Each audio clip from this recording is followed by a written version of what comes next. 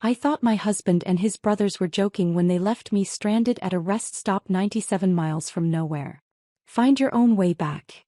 They laughed as they drove off. I never came home. 2 years later he found me. 52 desperate messages waiting. Find your own way back, babe. That's what Brandon yelled before he gunned the engine. His brothers Cole and Grant were laughing so hard I could still hear them half a mile down Highway 77. I stood there in the middle of the Arizona desert watching their taillights fade and something inside me just snapped. Not broke, snapped. Like a wire pulled too tight finally cutting loose. They thought they were teaching me a lesson about independence. They had no idea what they'd actually done. They'd set me free. But I'm getting ahead of myself. To understand how I ended up at that rest stop, you need to know how it all began. You need to know about the man I thought Brandon was, and the life I thought we were building together. Before we continue, thank you for being here. If you believe no one deserves to be abandoned and humiliated, please consider subscribing. It's free and helps us reach others who need to hear this. Now let's see what happened next. I met Brandon Mercer 7 years ago at a charity 5K in Tucson. I wasn't a runner, still aren't, but my friend Sarah dragged me along because she thought I needed to get out more. I was 24, grinding through freelance graphic design projects in my cramped apartment, living on iced coffee and the stubborn belief that my business would eventually take off.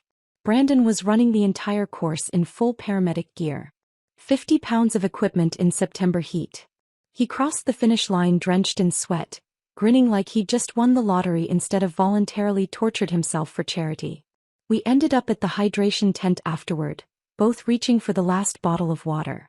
He saw me first and handed it over without hesitation. You look like you need it more than me, he said, even though he'd just run 3 miles in gear that probably weighed more than I did. That was Brandon. At least that was the Brandon I thought I knew. He remembered everything in those early days. My coffee order: iced vanilla latte with oat milk, no whipped cream. How I hated Solentha because it tasted like dish soap. The way I needed absolute silence when I worked, couldn't even handle background music. He'd tiptoe past my home office when I was on deadline, leaving little snacks outside the door like he was feeding a shy cat. After a year of dating, he proposed on a hiking trail outside the city. Sunset painted the desert orange and pink. Tucson spread out below us like someone had spilled a box of lights across the valley. I cried. I said yes. I thought I'd found the person I was supposed to spend my life with. We got married at a small vineyard ceremony. 50 guests. String lights wrapped around mesquite trees. My mom sobbed through the entire thing in the front row. Brandon's parents flew in from Nevada, beaming with pride. His brothers were there too, Cole and Grant, standing up as groomsmen. Back then they were just part of the background. Friendly enough. Normal. I didn't know yet how much space they'd take up in my marriage. How much power I'd give them without realizing it. The first year was good. Really good. I was building my client base. Brandon was working at the fire department saving lives. And we had this little house in Midtown with a backyard barely big enough for a grill and 2 folding chairs. We'd sit out there on weekends drinking cheap beer talking about the future. Maybe kids someday. A bigger place eventually. Growing old together. Simple dreams. The kind that felt achievable. Then Cole and Grant started coming around more often. Cole was 34, 2 years older than Brandon. He worked as a diesel mechanic and always smelled like motor oil and cigarettes. He had this way of talking where everything sounded like a challenge, like he was daring you to disagree with him. Grant was 29, the youngest, bouncing between construction jobs and unemployment. He had a smirk that never quite left his face, like he knew something you didn't. At first I thought their comments were just typical brother banter. "She's got you domesticated, bro," Cole announced at our first married couple barbecue, loud enough for everyone on the patio to hear. Grant would laugh and add, "Whipped. That's the technical term." Brandon would roll his eyes, throw his arm around my shoulders, tell them to knock it off. I'd smile, laugh it off, tell myself that's just how brothers talk to each other. But then I started noticing things. Brandon began canceling our plans whenever his brothers called.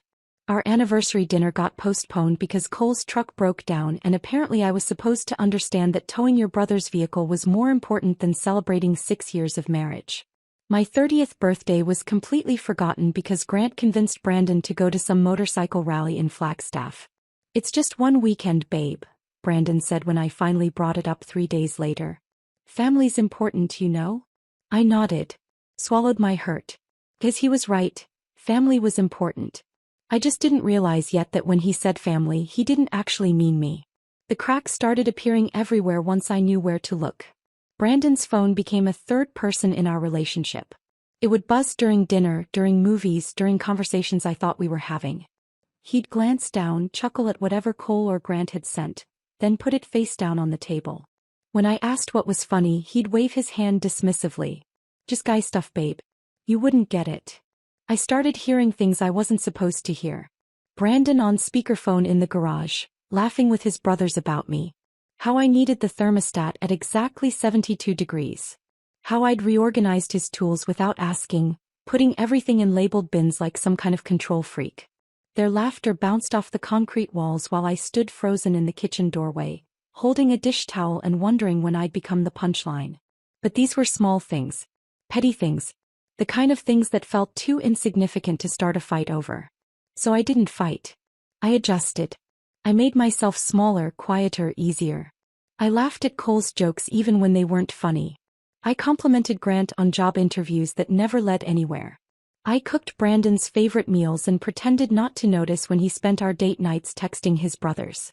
I told myself this was what marriage looked like. Compromise. Sacrifice. Choosing your battles. I told myself I was being too sensitive, too needy, too much. I told myself a lot of lies back then. When Brandon announced his buddy Mike was getting married in Sedona, I was actually excited at first. A weekend away. Just the two of us. A chance to reconnect. But then he added, I was thinking we could bring Cole and Grant. Make it a guy's trip. You don't mind, right? That twist in my stomach should have been my answer. But instead I smiled and said, sure, that sounds fun. 'Cause that's what I did. I said sure. I said yes. I said whatever kept the peace. Brandon insisted we take his truck instead of my Honda. More room for everyone, he explained. It made sense.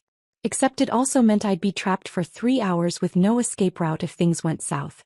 The drive to Sedona should have been my warning. Should have been the moment I demanded he turn around. The brothers whispered in the backseat like kids planning mischief. Every time I glanced back, they'd go quiet and exchange looks. Brandon's hand stayed locked on the steering wheel, knuckles white, eyes fixed on the road.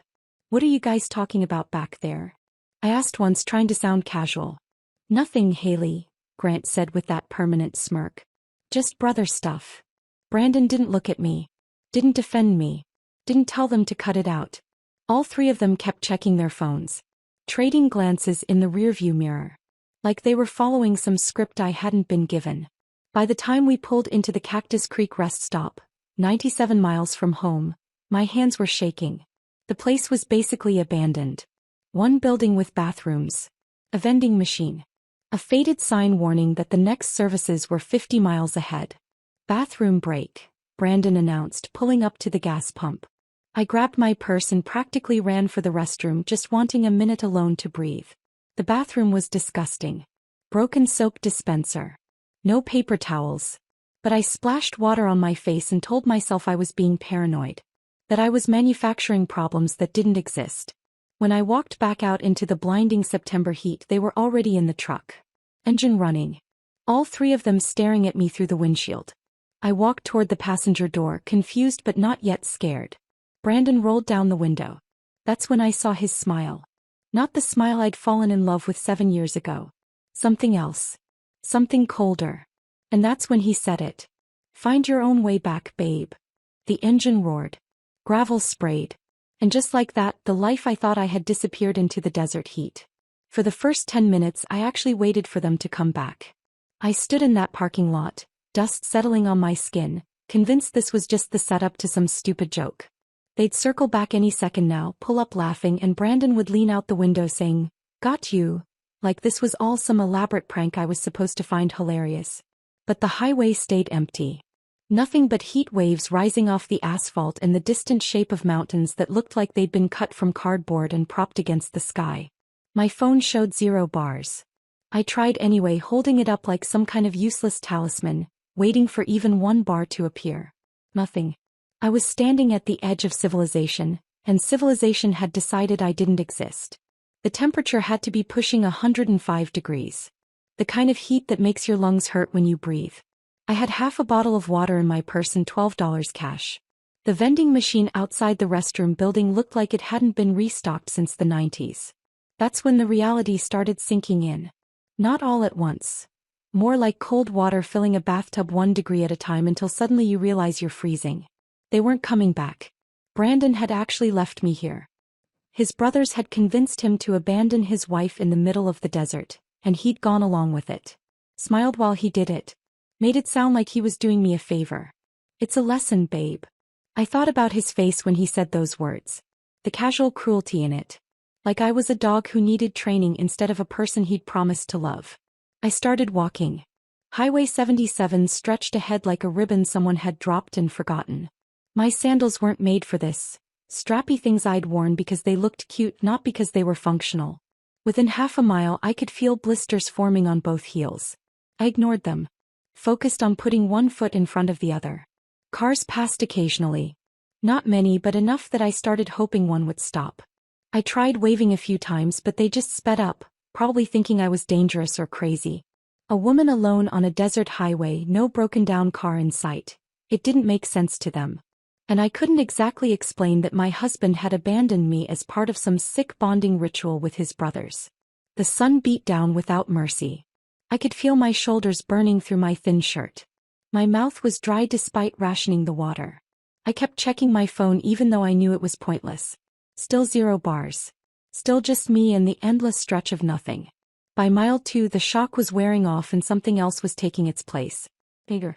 The kind that starts in your stomach and spreads outward like poison. All those little moments I'd ignored suddenly lined up in my head like dominoes. Brandon canceling our anniversary. Forgetting my birthday. The constant texting during date nights. The jokes at my expense that I was supposed to just laugh off. The way he'd wave his hand dismissively whenever I tried to tell him how his brothers made me feel. You're too sensitive, babe. It's just how they are. Family's important. The whispers in the backseat during the drive suddenly made perfect sense. The exchanged looks. The way they'd all been checking their phones like they were coordinating something. This whole weekend had been engineered for this moment. They'd planned it. Discussed it. Probably laughed about it. And I'd just gone along smiling and nodding, being the easy wife who never complained. I was so angry I could barely see straight. At mile 3 I heard the sound of an engine slowing down behind me. I turned, squinting against the sun, and saw an RV pulling onto the shoulder. It was one of those massive things, the kind retired people drive across the country collecting refrigerator magnets from every state. The passenger window rolled down and a woman's face appeared. She had white hair and kind eyes behind purple-framed glasses. "Honey, do you need help?" she asked. And just like that I broke. I tried to explain, tried to say something coherent about my husband and the rest stop and being stranded, but it came out as incoherent sobbing. The woman, whose name I'd learned was Linda, just opened the door and helped me inside where the air conditioning felt like jumping into a cold pool. Her husband Ron was driving. He didn't ask questions, just handed me a bottle of water from their cooler and told me to drink slowly. Linda sat next to me, rubbing my back while I cried, and didn't push me to explain until I was ready. When I finally got the story out, they both went quiet for a long moment. "That's not a prank," Linda said finally, her voice tight. "That's abuse." The word hit me harder than it should have. Abuse. I'd never thought of it that way. Brandon had never hit me, never screamed at me. He just diminished me. Made me smaller. Made me believe that my feelings didn't matter as much as his brother's entertainment. "We're heading to Phoenix," Ron said from the driver's seat. "Not Tucson. But Phoenix has a Greyhound station if you need to get somewhere." I nodded, wiping my face with the tissue Linda handed me. "Phoenix. Not home. Somewhere else." They talked about their grandchildren during the drive. 3 boys, all under 10. Linda showed me pictures on her phone, gap-toothed smiles and messy hair. Normal family stuff. The kind of thing I'd imagine having with Brandon someday. That dream felt ridiculous now. Childish. Somewhere between the highway and Phoenix, listening to these strangers be kind to me for no reason other than basic human decency, I made a decision. I wasn't going home. Not tonight. Maybe not ever. Because I suddenly remembered something I'd pushed out of my mind. 2 weeks ago, I'd been in the kitchen making dinner when I heard Brandon on the phone in the garage. He was laughing, really laughing, the kind where you can barely breathe. I'd walked to the doorway and asked what was so funny. He'd waved me away. Just guy stuff, babe. You wouldn't get it. I'd gone back to chopping vegetables, ignored and dismissed like always. Now I understood. He'd been talking to Cole or Grant, probably both. Planning this. They'd been laughing about abandoning me in the desert 2 weeks before they actually did it. Maybe longer.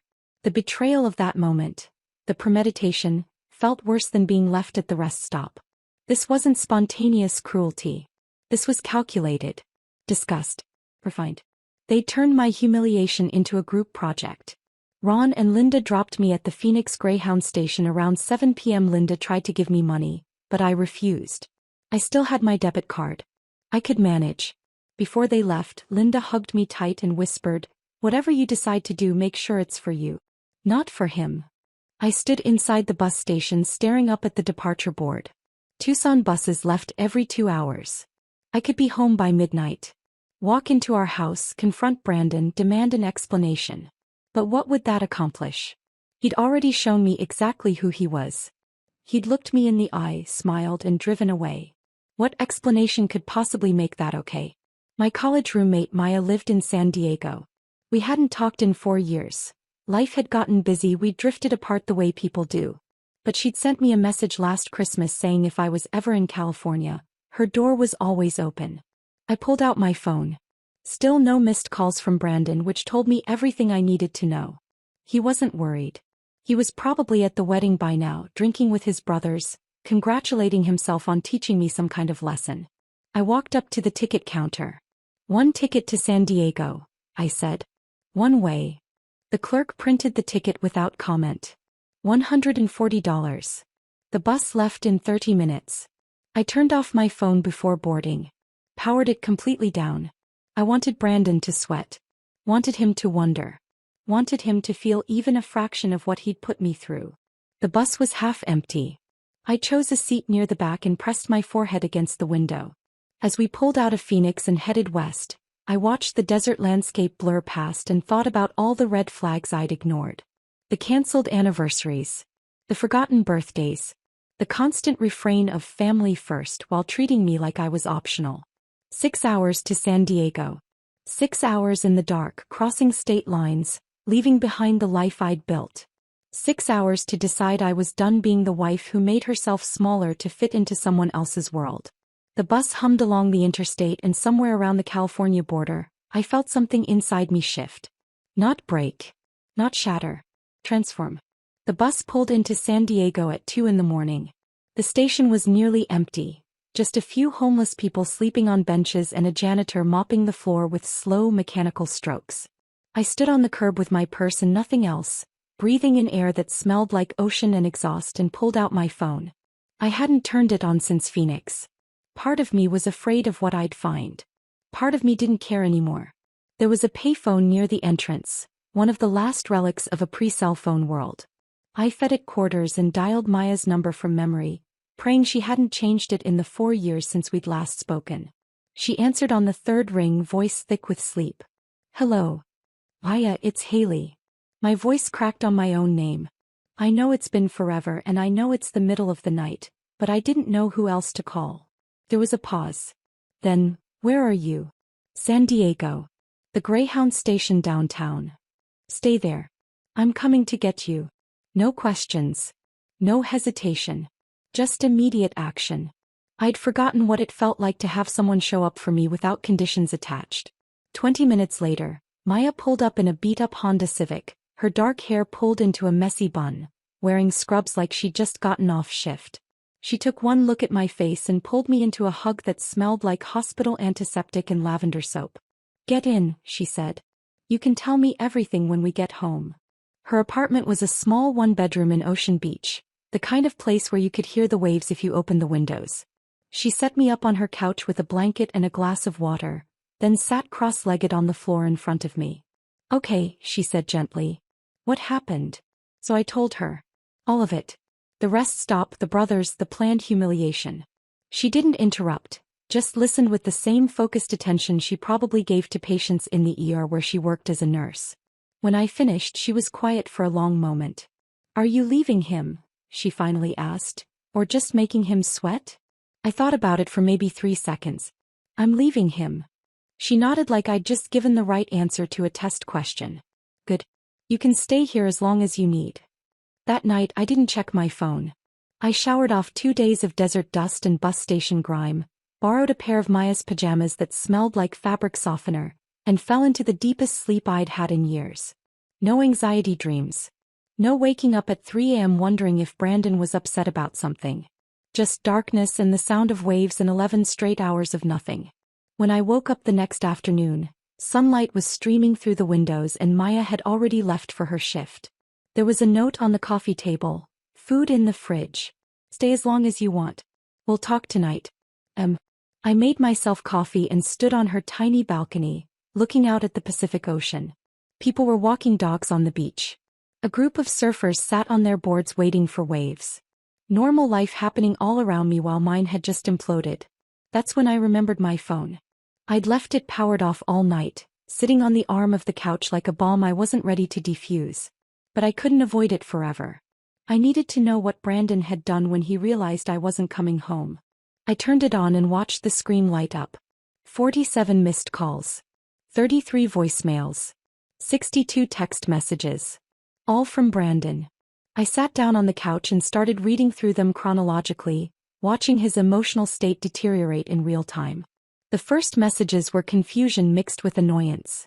Babe, where are you? The joke's over. You can come out now. Like I was hiding behind a building at the rest stop, waiting to jump out and surprise them. Then came irritation. This isn't funny, Haley. You're making me look bad in front of my brothers. Not concern for my safety. Not guilt for what he'd done. Just embarrassment that I wasn't playing along. The anger messages started around message 20. You're being ridiculous. It was just a prank. Stop being so dramatic and call me back. Gaslighting via text. Impressive. Around message 35, panic finally set in. Babe, I'm really worried now. Please just let me know you're okay. I'm sorry if we took it too far. Just come home and we can talk about this. The final messages were pure desperation. I drove back to the rest stop. You're not there. I called your mom, your sister, everyone. Nobody knows where you are. Haley, please. I'm scared something happened to you. Just send me one text so I know you're alive. Not once, not in a single message, did he actually apologize for abandoning me. Not once did he acknowledge that what he'd done was wrong. Just confusion and irritation that I'd had the audacity to disappear on him instead of coming home apologetic and embarrassed like they'd expected. I deleted every message without responding. Then I did something I'd been thinking about since the bus ride. Something I probably should have done years ago. Brandon and I shared an iCloud account. He'd set it up when we first got married, saying it would be easier to share photos and calendars. I'd never thought much about it. Never had a reason to go snooping through his stuff because I trusted him. But trust was a luxury I couldn't afford anymore. I logged into the account from Maya's laptop. His password was still the same, our wedding date, because Brandon wasn't creative about security. Within seconds I had access to everything. His photos. His messages. His entire digital life. I found the group chat almost immediately. It was labeled The Boys with a beer emoji. Brandon, Cole and Grant. Messages going back 9 months. 9 months. I started scrolling, my stomach twisting tighter with every screen. Cole had suggested it first back in January. We should take her out to the middle of nowhere and leave her. See how long it takes her to figure out how to get home without you holding her hand. Grant's response came 2 minutes later. Dude, yes. She acts like she's so independent with her little design business, but she can't do shit without Brandon. It would be hilarious. I waited, breath held, to see what Brandon would say. Hoping he'd shut it down. Tell them they were being idiots. Defend me. Instead, maybe it would be good for her? Like exposure therapy or something. She does kind of rely on me for everything. My hands were shaking so hard I almost dropped the laptop. They'd spent months planning this. Discussing which rest stop would be remote enough but not dangerous. What time of day would maximize discomfort without actual harm. They'd even planned a backup story in case I somehow made it home before them. We thought you caught a ride with someone. We figured you'd be fine. Every detail had been calculated. Every cruelty intentional. But it got worse. I kept scrolling and found months of screenshots. Texts I'd sent Brandon. Sweet messages saying I missed him. Photos of design work I was proud of. questions about what he wanted for dinner. Normal wife stuff. All of it shared with his brothers. All of it annotated with laughing emojis and mocking comments. One screenshot was a text I'd sent in July. "Can't wait to see you tonight, babe. I made your favorite dinner." Cole's comment, "Gag me. Is she always this needy?" Another was a photo of a logo I'd designed for a local bakery, something I'd been really proud of. I'd sent it to Brandon asking what he thought. Grant's response in the group chat, "Does she ever talk about anything except work and feelings?" Brandon's reply made something inside me go cold. "She's not that bad, you guys. But yeah, she can be a lot sometimes. A lot. I'd been too much. Too needy. Too sensitive. Too emotional. Too everything. Except I hadn't been any of those things. I'd been a normal person with normal feelings who'd made the mistake of marrying someone who saw vulnerability as weakness. I closed the laptop and sat on Maya's couch, staring out at the ocean through the window. The sun was setting, painting the sky orange and pink. Beautiful and indifferent. I didn't feel heartbroken. I'd cried all my tears on the bus, on the highway, in the RV with strangers who'd shown me more kindness in an hour than my husband had in months. What I felt now was something different. Something cleaner and sharper and more dangerous. Purpose. Brandon had tried to teach me a lesson about independence. About not relying on him for everything. About being less needy, less emotional, less much. He had no idea what he'd actually done. He'd set me free. And now I was going to teach him what real consequences looked like. The first thing I did the next morning was find a lawyer. Maya had already left for her 12-hour shift at the hospital, but she'd left another note on the coffee table with a name and number scrawled across it. Rebecca Winters, divorce attorney. He helped my friend Lisa. Call her. I sat on the balcony with my phone watching joggers pass on the beach below, and dialed before I could talk myself out of it. A receptionist answered, professional and warm. And somehow I had an appointment for that same afternoon. 2 p.m. Like the universe was finally working with me instead of against me. Rebecca Winter's office was in a building overlooking the harbor, all glass and clean lines. She met me in the waiting room herself. A woman in her mid-40s with sharp eyes behind tortoiseshell glasses and a handshake that felt like a promise. "Haley," she said. "Come on back." Her office was organized but lived in. Law books lined the shelves, framed degrees on the wall, and a photo of 2 teenage boys on her desk. She gestured to the chair across from her and sat down with a legal pad. "Maya gave me the basics," she said. "But I want to hear it from you. Everything." So I told her. The rest stop. The planning. The group chat messages. I pulled up the screenshots on my phone and slid it across the desk. She read through them in silence, her expression never changing, though I saw her jaw tighten once or twice. When she finally looked up, she handed my phone back and said 5 words that made something in my chest unclench. "This is clear-cut abuse." I blinked. "Really? Emotional abuse with documented premeditation," she said, writing notes on her pad. "Arizona is a no-fault divorce state, which means you don't need to prove wrongdoing to end the marriage. But this evidence ensures he doesn't get a single advantage in asset division. And we can pursue spousal maintenance for business interruption and relocation costs." "I don't want his money," I said automatically. Rebecca looked at me over her glasses. "You're entitled to half of everything you built together. That's not wanting his money. That's taking what's legally yours." She paused. "And frankly, making sure he understands there are consequences for treating another human being like this." I felt tears sting my eyes, not from sadness but relief. Someone believed me. Someone saw what Brandon and his brothers had done and called it what it was. Rebecca handed me a box of tissues even though I wasn't crying yet. "You're going to be okay, Haley," she said, her voice gentler now. "And he's going to regret ever underestimating you." That afternoon, Maya helped me open a new bank account at a credit union near her apartment. We sat in uncomfortable chairs across from a banker named Steve who processed everything without asking questions. When it was done, I had my own account. My own debit card. My own financial identity separate from Brandon for the first time in 6 years. Then came the hard part. I logged into our joint savings account, the one we'd been building together since we got married. $43,000. Money I'd helped save through years of freelance work while Brandon spent freely on truck modifications and weekend trips with his brothers. Money that was legally half mine under Arizona's community property laws. I transferred $21,500 into my new account. Maya watched over my shoulder. You okay? Yeah, I said and realized I meant it. This wasn't stealing. This was survival. Next, I contacted my 3 biggest clients. A tech startup that needed ongoing branding work, a local restaurant chain, and a boutique hotel group. I drafted careful emails explaining I was relocating to San Diego for personal reasons but could continue all projects remotely. Would that be a problem? All 3 responded within hours. None of them cared where I worked as long as the designs kept coming. Just like that, my income was secure. Then I blocked Brandon's number. Then Cole's. Then Grant's. It felt like closing doors. Final and necessary. Of course, they didn't stop. Within days, they started calling from different numbers. Brandon's work line. Numbers I didn't recognize.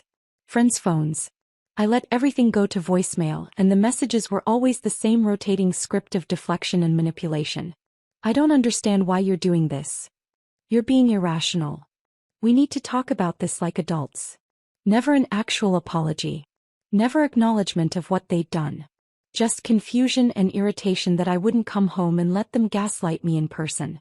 I deleted every message without listening to the end. 3 weeks after the rest stop, I was working at a coffee shop near the beach.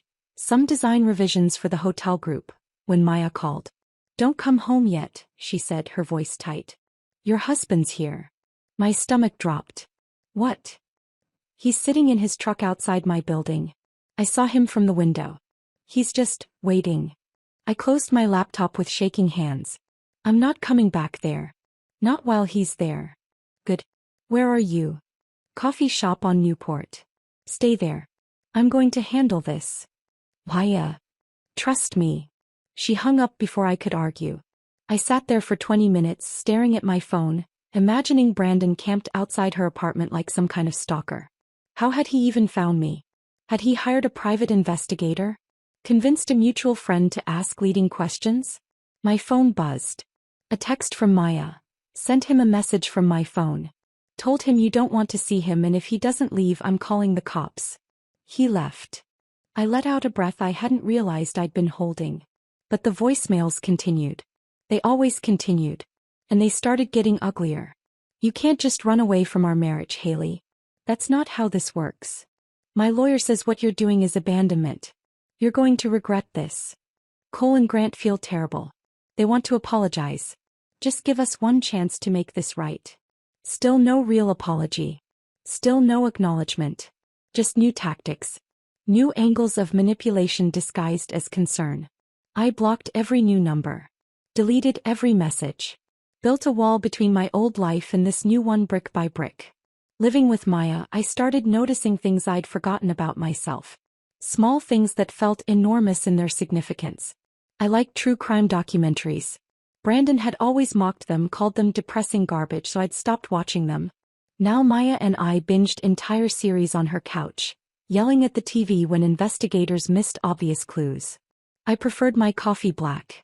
For years, Brandon had insisted I'd like it better with cream and sugar, and I'd started making it that way because it was easier than arguing.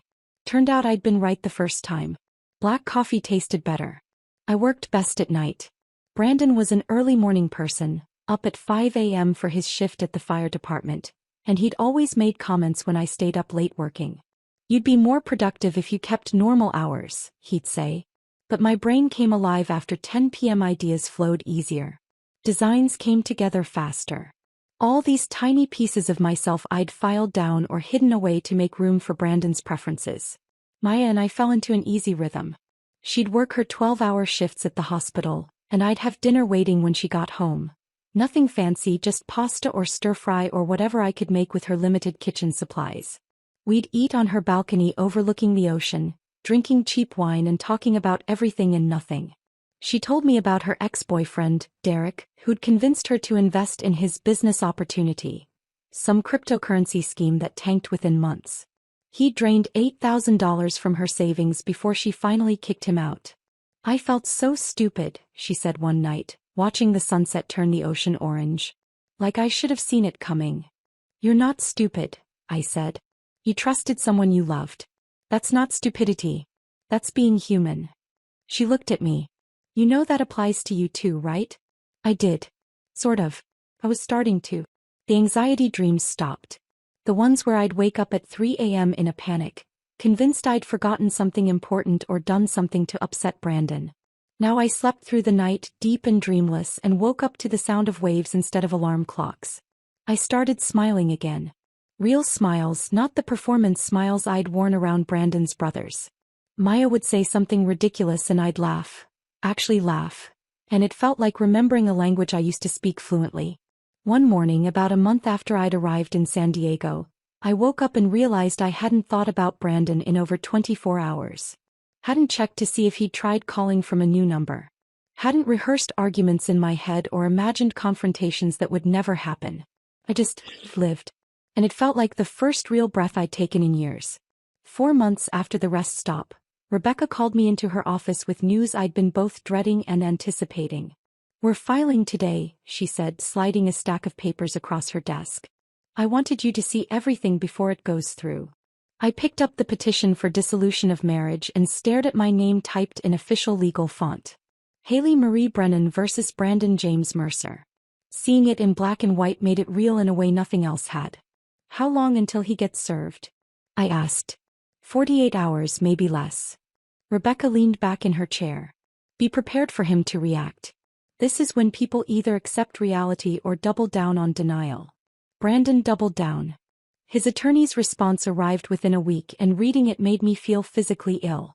According to their counterclaim, I was the villain in this story. I'd abandoned our marriage without warning or attempt at reconciliation. I was unstable, irrational, running away from a harmless prank between family members. They painted Brandon as the concerned husband desperately trying to save his marriage while his mentally unwell wife refused all contact. I sat in Rebecca's office while she read through the filing, my hands clenched so tight my nails left marks in my palms. "They're trying to gaslight you through legal documents," Rebecca said, setting the papers down.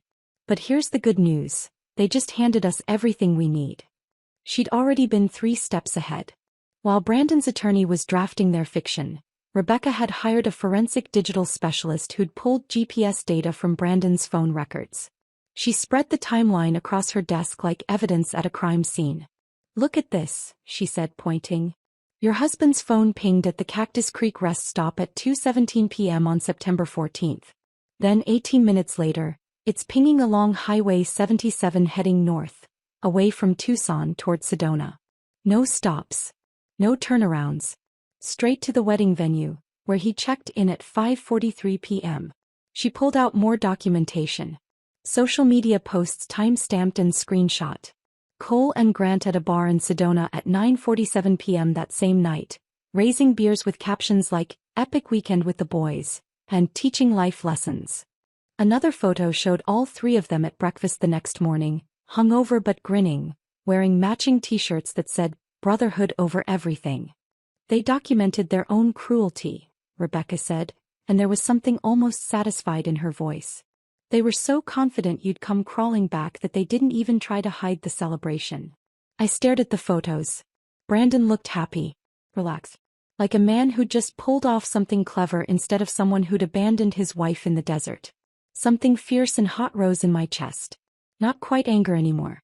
Something colder. More focused. "When do we respond?" I asked. "I'm filing our counter-response tomorrow." Rebecca gathered the papers. "And trust me, they're going to regret every word they wrote." The next blow came from an unexpected direction. I was at Maya's apartment on a Tuesday afternoon, working on a logo redesign for the boutique hotel group, when my phone rang. My mother's name appeared on the screen. We'd been talking more since I'd left. Weekly check-ins where she'd ask how I was doing and I'd give her carefully edited versions of the truth. But something in her voice was different this time. "Haley, honey," she said. "Brandon came by the house." My stomach dropped. "When?" "This morning. He showed up right after your father left for work." She paused. "He wanted to know if I'd heard from you. If I knew where you were." I closed my laptop, my full attention on the phone now. "What did you tell him?" "Nothing." I said I didn't know. Another pause. "But honey, he seemed really worried. He said you're having some kind of breakdown. That you disappeared after a small disagreement and won't answer anyone's calls." I could hear it in her voice, That little seed of doubt. My mother had always liked Brandon. He'd been charming at family dinners, helpful around their house, the kind of son-in-law who remembered birthdays and brought wine to Thanksgiving. Mom, I said carefully. Did he tell you what the small disagreement was about? He said it was a misunderstanding. That his brothers played a prank that went too far, but he's been trying to apologize for weeks and you won't let him. A prank. That's what he was calling it. Not abandonment. Not cruelty. Just a prank that went too far. I took a breath and told her everything. The real version. The rest stop, the planning, the group chat messages that went back 9 months. The GPS data showing he'd driven straight to the wedding while I was stranded. The social media posts celebrating while I walked 3 miles down a highway in the desert heat. The silence on the other end of the line stretched so long I thought the call had dropped. Mom. I'm here. Her voice sounded different now. Smaller. Oh Haley. Oh honey. I had no idea. He seemed so genuine. That's what he does, I said. He makes people believe his version of things. I'm so sorry. He was crying now. I should have known. I should have asked more questions. You didn't know because I didn't tell you. I was too embarrassed.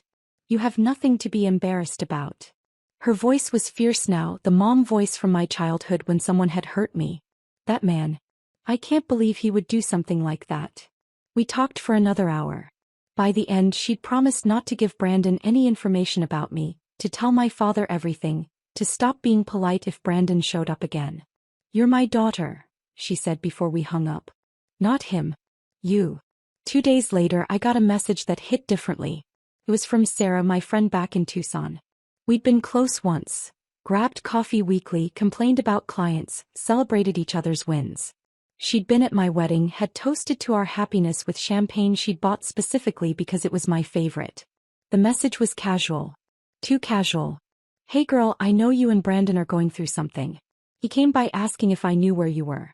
I didn't tell him anything, but I wanted to give you a heads up. Hope you're doing okay. I stared at the message for a long time before responding with a simple, thanks for letting me know. But something felt wrong. The phrasing. The timing. 2 days later, Maya came home from the hospital with information that confirmed my instincts. So weird thing, she said, dropping her bag on the couch. One of the nurses I work with, Jenny, mentioned she has a friend in Tucson. Apparently this friend's been asking around about you. Wanted to know if anyone knew where you worked in San Diego, what neighborhood you lived in. My blood went cold. What was the friend's name? Maya checked her phone. Sarah something. Sarah Donovan. There was. Sarah had been feeding Brandon information. Playing both sides. Pretending to give me a heads up while actively helping him track me down. I thought about all the times she'd laughed at Brandon's jokes, even the ones that were at my expense. How she'd always found excuses when I tried to talk to her about problems in my marriage. Oh, all couples go through rough patches, she'd say, dismissing my concerns like they were trivial. She'd never been my friend. She'd been Brandon's fan. I blocked her on every platform I could think of. Facebook, Instagram, her phone number. Cut her out with the same surgical precision I'd used on Brandon and his brothers. Maya watched me do it. You okay? Yeah. And I meant it. Just getting rid of dead weight. Trust was a luxury I couldn't afford anymore. And I was done pretending otherwise. Rebecca called the next week with an update that made everything worth it. We need to meet, she said. I have something to show you. Her office was organized chaos when I arrived. Files spread across her desk, her computer screen showing what looked like social media profiles. She gestured for me to sit. Brandon's attorney is still pushing hard on the abandonment narrative, she said. Claiming you left without cause, that you're being vindictive. But I've been busy. She turned her laptop around. On the screen were Facebook photos I'd never seen. Cole and Grant at the wedding, arms around each other, wearing those matching brotherhood over everything shirts. Another photo showed Brandon in the background, mid-laugh, holding a beer. The timestamp read 9:47 p.m. September 14th. The same night they'd left me.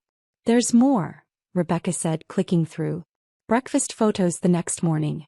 All 3 of them looking exhausted but happy. A video someone had posted of Grant making a toast at the wedding, talking about the bonds of brotherhood that nothing can break.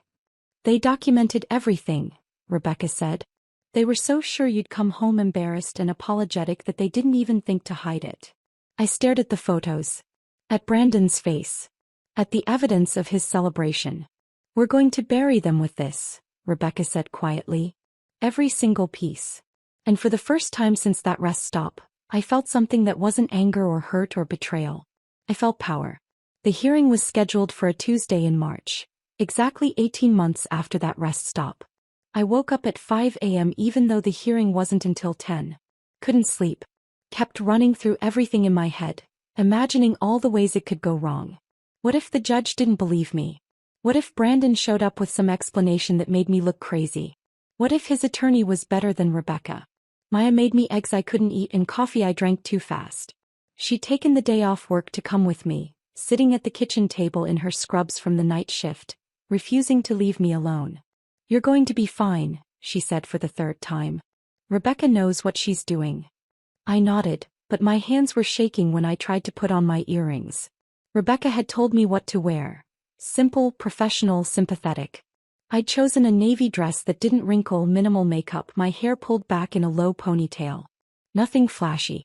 Nothing that could be used against me. I looked like someone's kindergarten teacher or a librarian.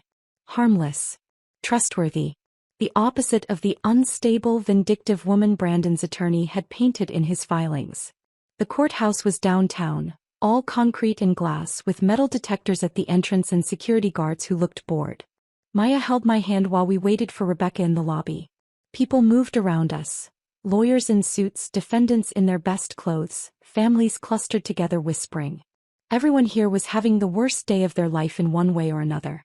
Rebecca arrived at 9:30, carrying a leather briefcase and wearing a charcoal suit that meant business. She looked calm. Confident. Like she'd done this 1,000 times and knew exactly how it would end. "Ready?" she asked. I nodded, not trusting my voice. We took the elevator to the 3rd floor and walked down a hallway that smelled like floor polish and anxiety. Rebecca pushed through a set of double doors into a courtroom that was smaller than I'd expected. More like a large office than the dramatic spaces you see on TV. Brandon's attorney was already there. A man in his 50s wearing a suit that probably cost more than my first car. He was setting up files at the defendant's table, looking unbothered by everything. But Brandon wasn't there. I scanned the courtroom twice, thinking maybe I'd missed him. But no. Just his lawyer. Rebecca noticed me looking. "Interesting," she murmured. Brandon's attorney approached us before we could sit down. "Ms. Winters," he said, extending his hand. "Dale Morrison." Rebecca shook it without warmth. "Mr. Morrison." "My client won't be attending today," Morrison said. "He's dealing with a family emergency." "How convenient," Rebecca said dryly. Morrison smiled like she'd told a joke. "We're prepared to proceed without him if the court allows it." A family emergency. That's what he was calling it. I knew the truth though. Brandon couldn't face what he'd done. Couldn't sit across from me and pretend he was the victim while Rebecca dismantled his lies piece by piece. He was a coward. Always had been. The judge entered at exactly 10 a.m. A woman in her early 60s with silver hair and the kind of sharp eyes that suggested she'd heard every excuse in the book and believed none of them. The bailiff called the court to order and everyone sat. Judge Patricia Harmon. I'd looked her up online the night before. 20 years on the bench, reputation for no-nonsense rulings, 3 grown children. Rebecca had seemed pleased when we'd gotten her name. "Good sign," she'd said. "Judge Harmon doesn't have patience for games." The judge reviewed the documents in front of her while the courtroom sat in silence. I tried to keep my hands still in my lap, but they kept twisting together. Maya had wanted to come in with me, but only Rebecca was allowed at the table. She was sitting in the gallery behind us instead, a steady presence I could feel without turning around. Finally, Judge Harmon looked up. "Mr. Morrison," she said. "Your client isn't present?" Morrison stood. "No, Your Honor. He's dealing with a family emergency but has authorized me to proceed on his behalf." The judge made a note. "Very well. Let's begin." Morrison went first and I had to hand it to him. He was good at his job. He painted a picture of me that barely resembled reality. According to him, I was unstable, vindictive, irrational. A woman who'd abandoned her marriage after a minor misunderstanding between family members, and then disappeared without warning, refusing all attempts at reconciliation. My client's wife left their home and marriage without any communication, Morrison said, pacing in front of the judge's bench like he was performing for a jury that wasn't there.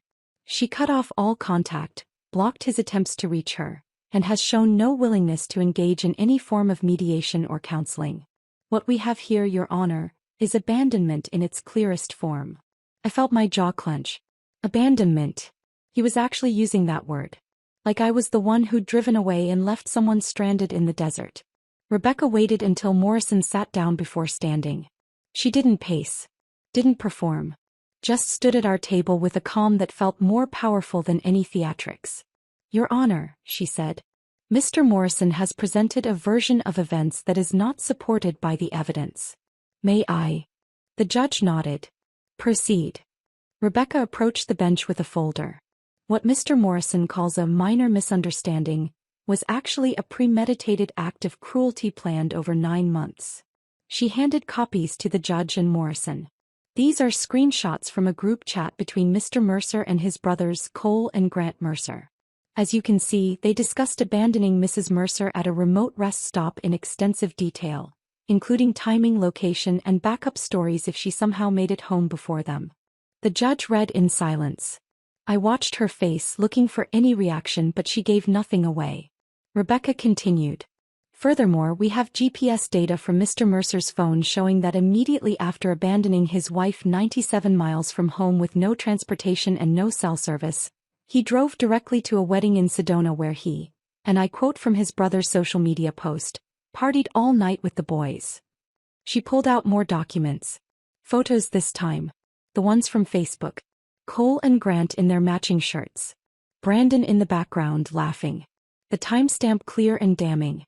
This was not poor judgment, Your Honor. This was calculated emotional abuse. And when Mrs. Mercer exercised her right to leave an abusive situation, Mr. Mercer began a sustained harassment campaign using multiple phone numbers to circumvent her attempts to block contact. Morrison stood. Your Honor, if I may. The judge held up a hand. I have questions first. She looked directly at Morrison. Your client claims this was a harmless prank. Can you explain why he and his brothers documented and celebrated it on social media while Mrs. Mercer was stranded? Morrison opened his mouth, then closed it. Your Honor, my client's brothers may have exercised poor judgment in their social media posts, but... Poor judgment, the judge repeated, her tone flat. And can you explain the 9 months of planning documented in these messages? That seems like more than poor judgment, counselor. More fumbling. I watched Morrison's confidence crack. Judge Harmon turned to the GPS evidence. According to this timeline, your client drove directly from the rest stop to Sedona, checked into a hotel and attended a wedding. He made no attempt to verify his wife's safety. No calls to local hospitals or police. He simply continued with his weekend plans. She looked up from the documents, and her expression was something I'd remember for the rest of my life. Not angry. Worse. Disappointed. Your client drove to a wedding and partied while his wife was abandoned 97 miles from home with no transportation, no cell service, and no way to contact help. That's not poor judgment, Mr. Morrison. That's cruelty. I felt tears sting my eyes, but for the first time in months they weren't tears of hurt. They were tears of validation. Someone in authority was finally calling it what it was. Judge Harmon closed the file folder in front of her with a decisive snap. I'm granting the divorce as requested, she said. Assets will be divided equally with no spousal support awarded to either party. Both parties are financially independent and capable of supporting themselves. She paused, looking directly at Morrison. Furthermore, based on the documented evidence of harassment and premeditation, I'm issuing a 2-year restraining order prohibiting Brandon Mercer, Cole Mercer, and Grant Mercer from contacting the petitioner through any means, phone, email, social media, or third-party intermediaries. Any violation will result in contempt charges. Rebecca squeezed my hand under the table. It was over. Judge Harmon's gavel came down with a sound that felt like a door closing. Final. Permanent. Morrison gathered his files in silence, not looking at us. Rebecca stood and helped me to my feet. My legs felt shaky like I'd just run a marathon. In the hallway outside, Maya was waiting. She took one look at my face and pulled me into a hug. It's over, I whispered into her shoulder. Yeah, honey, she said. It is. I expected to feel triumphant. Vindicated. Something big and dramatic. That I just felt tired. Bone deep exhausted. But underneath the exhaustion was something else. Something lighter. Freedom.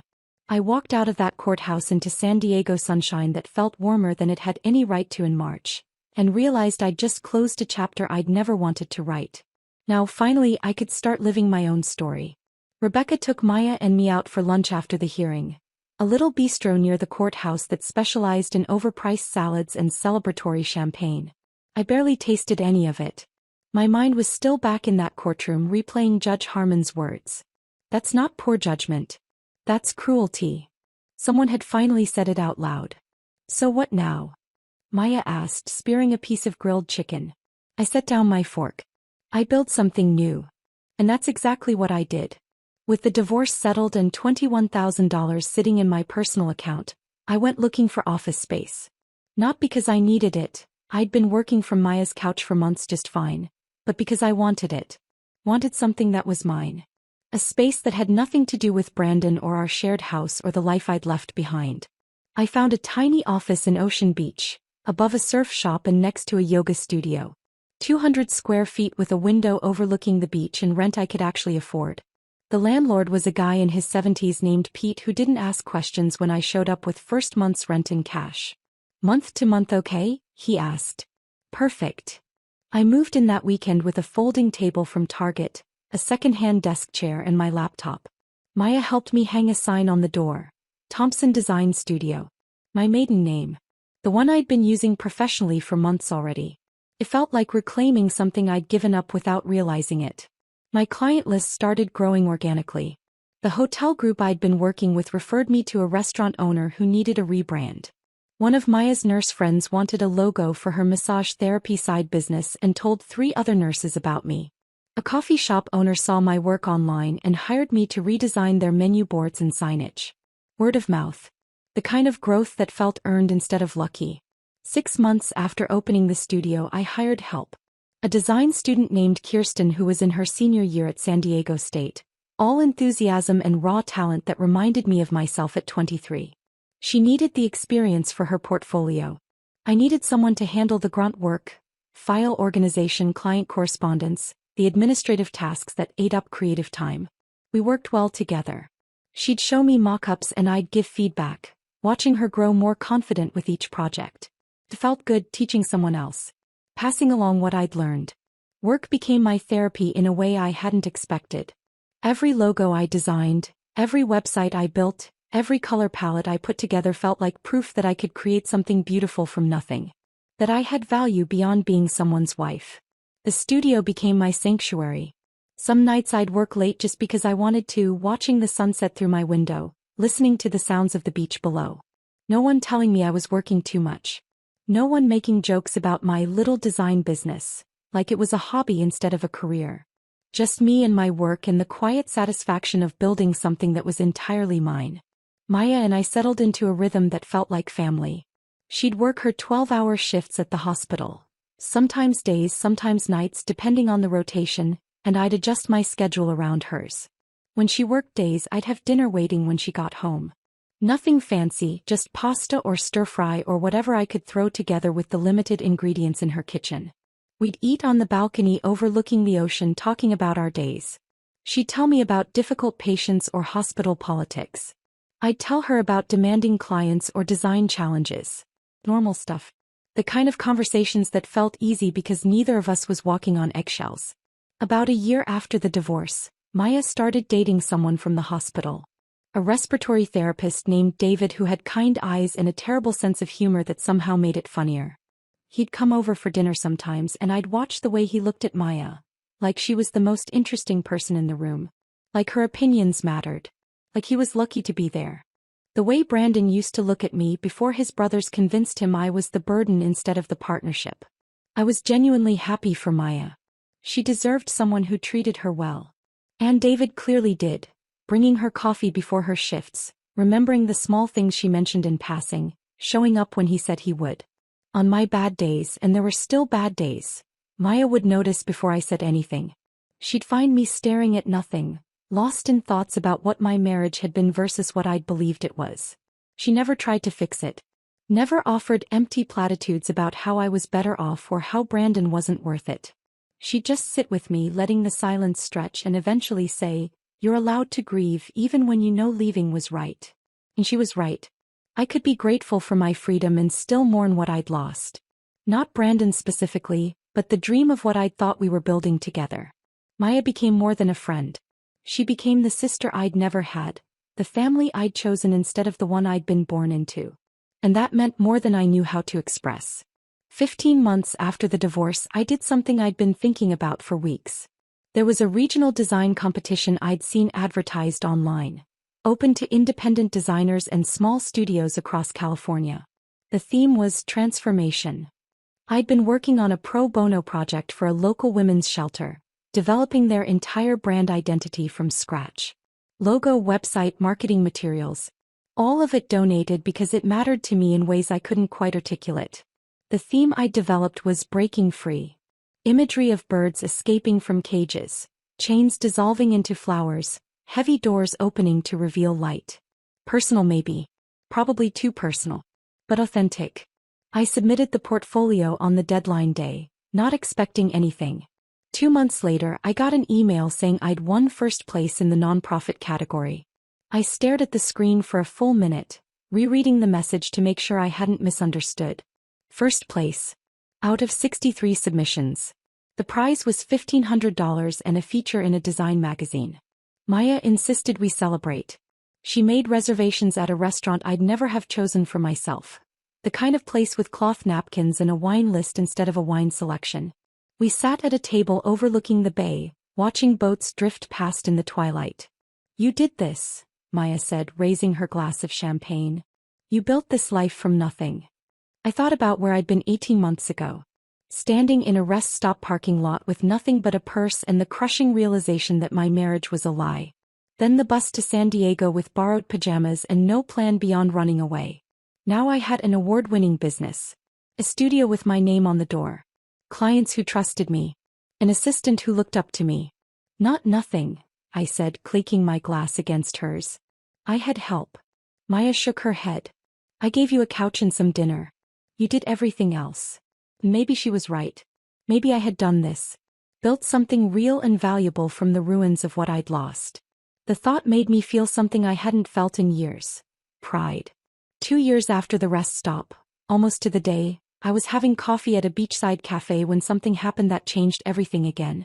I was working on a logo revision for a local brewery, laptop open, earbuds in, completely absorbed in adjusting the kerning on some text. The cafe was busy with the usual morning crowd. Surfers grabbing breakfast, tourists taking photos, locals working remotely. Movement caught my eye. A couple near the parking lot, their body language tense even from a distance. The woman was crying, wiping at her face with the back of her hand. The man was talking, but his posture was all wrong. Dismissive, irritated, one hand waving like he was brushing away her words. I watched them without meaning to. Watched the woman try to explain something, her voice rising. Watched the man cut her off, shaking his head like she was being unreasonable. I felt that old familiar twist in my stomach. The urge to intervene. To walk over there and tell that woman she deserved better. That dismissiveness is just the beginning. That if he's waving away her feelings now, it only gets worse. But I stayed in my seat, earbuds dangling around my neck, coffee getting cold. Because I realized something sitting there in that cafe with the morning sun warm on my face. I'd spent years trying to fix my marriage. Years trying to be enough for Brandon, trying to win over his brothers, trying to smooth over every conflict and pretend the problems were smaller than they were. I'd blamed myself for not being cooler, funnier, less sensitive. For needing things like respect and consideration and basic human decency. I'd carried that blame like a weight, convinced that if I'd just been different, better, everything would have worked out. Watching that couple argue in the parking lot, I finally understood what I should have known all along. It was never my fault. I couldn't have loved Brandon into being a better husband. I couldn't have changed who Cole and Grant were or convinced them I was worthy of basic kindness. I couldn't have saved a marriage to someone who saw me as a burden instead of a partner. The only thing I could control was walking away. And I had. I'd walked away from the rest stop. Away from Tucson. Away from a life that was slowly suffocating me while I pretended everything was fine. I'd walked away and I'd built something better. The couple in the parking lot got into separate cars and drove off in different directions. I didn't know if they'd work it out or if she'd realize what I'd taken too long to learn. But I knew I'd finally forgiven myself for staying as long as I did. And that felt like freedom all over again. I packed up my laptop and walked back to the studio, that realization about forgiveness still settling in my chest like something solid and real. The afternoon was perfect. One of those San Diego days where the temperature hovers at 75 and the breeze smells like salt and possibility. Kirsten was at her desk when I walked in, headphones on, working on mock-ups for a coffee roaster rebrand. She looked up and pulled one earbud out. "You okay?" she asked. "You look different." "I'm good," I said. And I meant it. I settled at my desk and opened my laptop, planning to finish the brewery logo I'd been tweaking all morning. But my phone buzzed before I could pull up the file. Unknown number. I almost dismissed it. Probably spam or a client calling from a number I didn't have saved. But something made me open it. "Haley, it's Brandon. Please don't delete this." My stomach dropped. I stared at the screen, reading the first line over and over. "I know I have no right to contact you, but I need you to know something. I'm sorry. For everything. You deserved better than what I gave you. Better than what my brothers and I did. I've been in therapy for a year trying to understand why I treated you that way. I don't expect forgiveness. I just wanted you to know that leaving me was the right choice, and I'm sorry it took me this long to see it." I set the phone down like it might burn me. 2 years. 2 years of silence, of building a new life, of learning to exist without constantly checking over my shoulder. And now this. Kirsten was watching me. "Bad news." "No," I said slowly. "Just unexpected." I picked up the phone again and reread the message. The words seemed genuine. Humble even. The Brandon I'd known would never have admitted he was wrong, never acknowledged that I'd made the right choice, never apologized without qualifying it with excuses. 2 years ago this message would have meant everything. It might have tempted me to respond, to open a dialogue, maybe even to forgive and forget. But that was 2 years ago. That was a different Haley. I locked my phone and slid it into my desk drawer. That night, lying in bed in my apartment. My own apartment now, a one-bedroom I'd moved into 6 months ago when I could finally afford it. I couldn't stop thinking about Brandon's message. Something was nagging at me. An itch I couldn't scratch. I hadn't checked my old email account in over a year. The one I'd set up when I first started freelancing, the one tied to my old life in Tucson. I'd stopped using it after the divorce, switching everything over to a new address that had no connection to Brandon or that version of myself. But the account still existed. Somewhere in the digital ether, still collecting messages I'd never see. I grabbed my laptop from the nightstand and opened it in bed, the screen casting blue light across the dark room. Took me 3 tries to remember the password. When the inbox finally loaded, my breath caught. 52 unread messages from Brandon. All of them with subject lines that made my chest tight. "I'm sorry. Please read this. You were right. I understand now." I scrolled through them, watching the dates stretch backward across 2 years. The most recent was from 2 days ago. The oldest was from 3 months after the divorce was finalized. I started reading chronologically, clicking through message after message. The early ones were what I expected. Deflection disguised as apology, paragraphs explaining how his brothers had influenced him, how he'd been confused, how he wanted to talk if I'd just give him a chance. Still making excuses. Still not quite getting it. But around month 6 something shifted. The messages got shorter. More direct. "I've started therapy. My counselor says I have codependency issues with my brothers. That I prioritize their approval over your well-being. She's right." Month 8. Cole and Grant still don't think they did anything wrong. I'm realizing I can't keep people in my life who refuse to take accountability. Even family. Month 10. I cut contact with my brothers today. Should have happened years ago. I'm sorry it took losing you to see that. I kept reading, watching Brandon's evolution unfold in reverse. Therapy sessions. Revelations about his childhood and family dynamics. Slow, painful growth toward understanding what he'd done and why. The messages from year 2 were different entirely. Reflective. Accepting. "I don't expect you to respond to any of these. I just needed to say it even if you never read it. You were never the problem. I was." I saw your design work got featured in that magazine.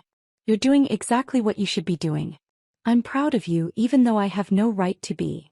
I hope you found happiness. Real happiness, not the kind I pretended was enough. The final email sent 2 days ago was longer than the others. I hired a private investigator to find you. Not to contact you, I know I'm not allowed, but to make sure you're okay. He says you're doing well in San Diego. That you have your own studio, your own apartment, your own life. I'm glad. You deserve to be happy, and I'm sorry I made you feel like you had to run away to find it. This is the last time I'll reach out. Not because the restraining order expired, but because I finally understand that my growth shouldn't be your burden. You don't owe me forgiveness. You don't owe me closure. You don't owe me anything. I just wanted you to know that you were right to leave. About everything. I'm sorry I made you doubt yourself. I'm sorry I made you feel small. I'm sorry I chose my brothers over my wife. I'm sorry for all of it. I hope you never think about me. I hope you've moved on so completely that this message is just an annoyance instead of a wound. You deserve that kind of peace. Be happy, Haley. Brandon. I closed the laptop and sat in the darkness of my bedroom, listening to the distant sound of waves through the open window. Brandon's growth seemed genuine. The kind that comes from actual work instead of performance. He'd acknowledged everything. The cruelty, the planning, the choice to prioritize his brothers, the way he'd made me feel like I was the problem. 2 years ago I'd needed to hear exactly these words. They would have validated every doubt, every moment I'd questioned whether I was overreacting or being too sensitive. Part of me felt vindicated reading them now. He finally understood what he'd destroyed. Finally saw the truth I'd been trying to show him for years. But the bigger part of me, the part that mattered, felt nothing. Not anger. Not satisfaction. Not even pity. Just indifference. Because the Haley who'd needed Brandon's apology didn't exist anymore. That woman had stood in a desert rest stop believing she'd somehow failed, that she should have been better, cooler, less needy, less much. I'd left her behind somewhere between the Greyhound bus and the courthouse steps. The woman I'd become didn't need Brandon to admit he was wrong. Didn't need his validation or his belated understanding. I'd built a new life without him, a new identity, a new understanding of what I deserved. Brandon's growth was good for him. I was genuinely glad he'd gotten therapy, cut ties with his toxic brothers, learned to be accountable. But it didn't change anything for me. The next morning I was at the studio early, coffee in hand, working on the brewery rebrand Kirsten had mentioned. My phone buzzed with a text from her. New client inquiry. Local bookstore wants signage and social media graphics. Interested? I smiled and started typing a response. Then I opened my laptop and navigated to my email settings. Found that old account. The one with 52 messages from a man I used to be married to. I hovered over the delete account button for maybe 10 seconds. Then I clicked it. A confirmation screen appeared. Are you sure? This action cannot be undone. I clicked yes. The account disappeared. Brandon's messages disappeared with it. The last thread connecting me to that old life severed. I felt lighter immediately. My phone buzzed again. Maya, dinner tonight? David's cooking and he's convinced he can make pad thai better than the restaurant. I laughed and texted back, I'll bring wine. Outside my window, the ocean sparkled in the morning sun. Surfers were already out catching waves. Tourists walked the boardwalk with ice cream. A street musician was setting up his guitar near the pier. Life happening all around me. Normal, beautiful, ordinary life. I'd figured out my own way back just like Brandon had yelled at me to do in that rest stop parking lot. But I hadn't found my way back to him or to Tucson or to the woman I'd been when I was trying to be enough for someone who would never value me. I'd found my way back to myself. To the person I'd been before I started shrinking to fit into someone else's idea of who I should be. And that person was happy. Genuinely, completely happy. Not because Brandon had apologized. Not because he'd finally understood what he'd lost. Not because I'd won some imaginary war or proven I was right all along. But because I'd built a life so full and so satisfying that the people who'd hurt me had become irrelevant footnotes in a story that was no longer about them. That was the real revenge. Not making them suffer but making them irrelevant. I opened a new design file and got to work. The best way back wasn't to them. It was to me. And I'd never been happier.